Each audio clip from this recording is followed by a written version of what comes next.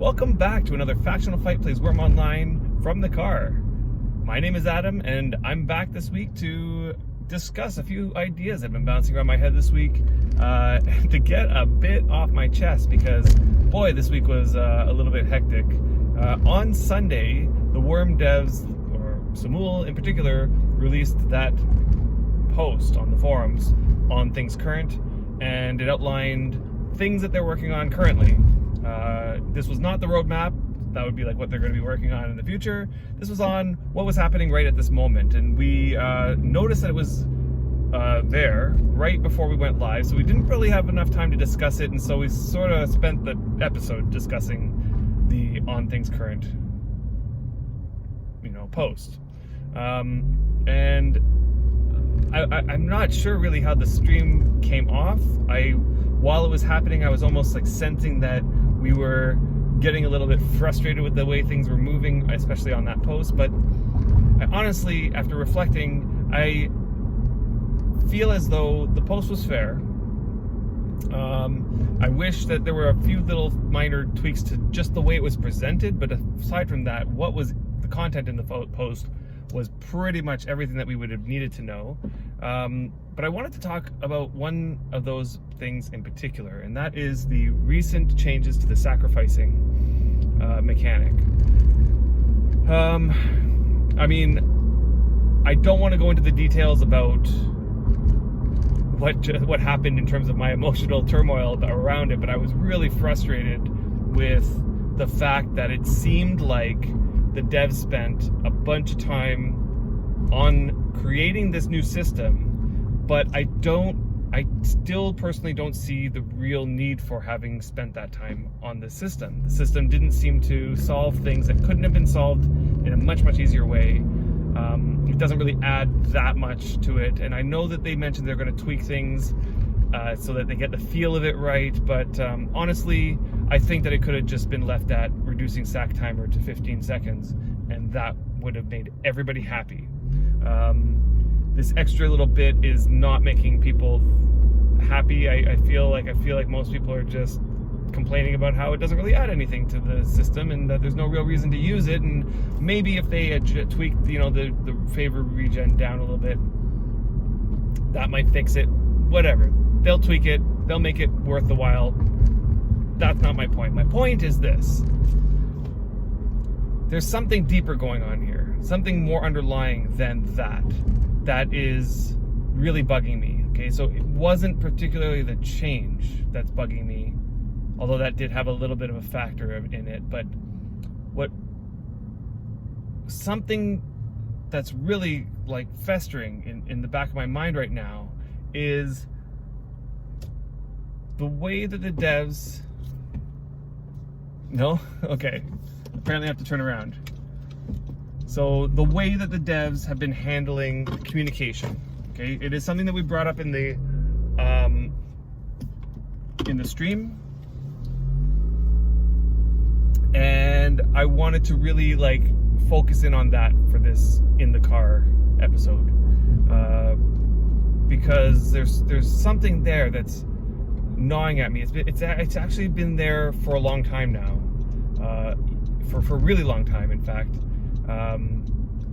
and it has something to do with the mystery behind how Worm Online gets developed.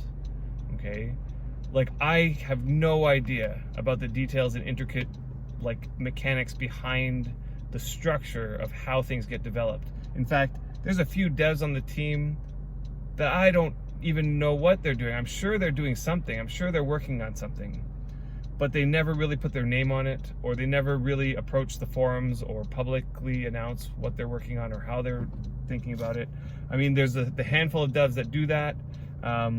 You see Dark Lords on the forums. Ever since he got put onto the task of working on the PvP side of things, you see Dark Lords on the forum posts, getting feedback from the PvP group and getting, suggestions and laying out the things that they're working on, etc., etc.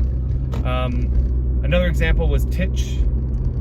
Back when she was working on things like bridges, we would get updates regularly about the progress on what she was working on, what the bugs were. There was a constant thread of information coming out about the progress there. But even back then, Titch would be doing this, but the other devs wouldn't. Like, it was very inconsistent. And as you may know, Titch was a volunteer dev, so she wasn't even getting paid for it. And there are paid devs on the team that I'm not, like, you know, okay, so bottom line is this. There seems to be something about some people who are on this dev team who want to keep things secret. Okay, and that's very important to them. They want to remain anonymous. They don't want to relay information. They want to make sure that it's all kept under wraps and not communicated, and I'm not sure the reason. And for me, it is really starting to, everything's coming ahead right now. Like, it's starting to really affect the way that the player base is perceiving, and I'm sure that it always has been there. Like, it's always been the case that the player base has felt that, and a lot of the lashing out from the player base is due to that. Okay, so even way back in the day when the devs would say, hey, we're going to try to do this, but then they never would follow through with it, the player base would lash out. But it wasn't because they didn't follow through with it. It was because the lack of communication about, you know, the reasons why it was never followed through on. And maybe the reasons were maybe an embarrassment to the dev team. I don't even know. I'm just making that up. But you could imagine a situation where they didn't follow through on something simply because of a mistake they made, and therefore they may not have wanted to admit it. Now, I understand that feeling. However, I truly feel like even in that situation, the best course of action is to admit it and to explain what the mistake was and to apologize for that mistake. Like, you know, because if that happened, if there was that open line of communication and honest discourse from the devs, then the player base would not be left feeling abandoned. And I think that feeling of being abandoned by the devs is the source of the public, you know, outcrying. It definitely was the source of my. I vented to several different people in a whole bunch of different places about this favor sacrificing thing. But after reflecting on it, I don't think it was actually the favor sacrificing change that is causing me to be upset. So after venting, I reflected and thought, what is it that's really bothering me about this whole thing? And it actually had nothing to do with the favor sacking mechanism. It had to do with the way that the devs went about things. Okay, so like in this particular instance, there was a forum post about a month ago. I think it was Ostentatio, if I'm pronouncing that correctly. He is a moderator. I think he's also a developer. I'm not sure what he's particularly tasked to do, but he put a post out saying, hey, we're going to be working on the favor sacrificing mechanic. This is what we're thinking it's going to look like. You know, these are the goals that we want to achieve. Any feedback you can give would be greatly appreciated, which is like the best way to go about it, for sure. And so that spurred on a discussion and a thread about, like, why would we, like, a lot of the players saw it right off the bat, like, why would we need this sort of thing? It doesn't seem like it's going to help. And it seems like if you wanted to do things like make channel grind easier, which, gosh, like, I honestly don't know if that's what they intended to do, but I don't even know. They want to, this is where it gets iffy, right? Because even at that moment when that post came out, my initial response was, what is the goal of this? Like, let's lay out, like, the purpose of why this favor thing, like, why we want to make a change to the favor system, right? Usually it's like, we want to make a change to the favor system because it's not working the way we intended to, or it's not working for some such thing. And I just can't put my finger on what that thing is. I asked, didn't get a response. To this day, we still don't know why this was even a thing to consider in the first place. But nonetheless, it was a thing to consider. They did consider, and they proposed this change that will fix the issue that we don't know the issue. Okay, so the real problem here is that now the player base is left with not knowing why it was put into place in the first place, and it doesn't seem to change much, so it doesn't seem to fix any problem that we know of. There could have been a background problem, like something that the devs knew that the players didn't, but I don't know. That could be the case. But in any case, it just felt like we were left in the dark about a lot of it. So this post to me felt like not a red herring, but what's the word? Like like the devs are paying lip service. Like this is our obligatory feedback post.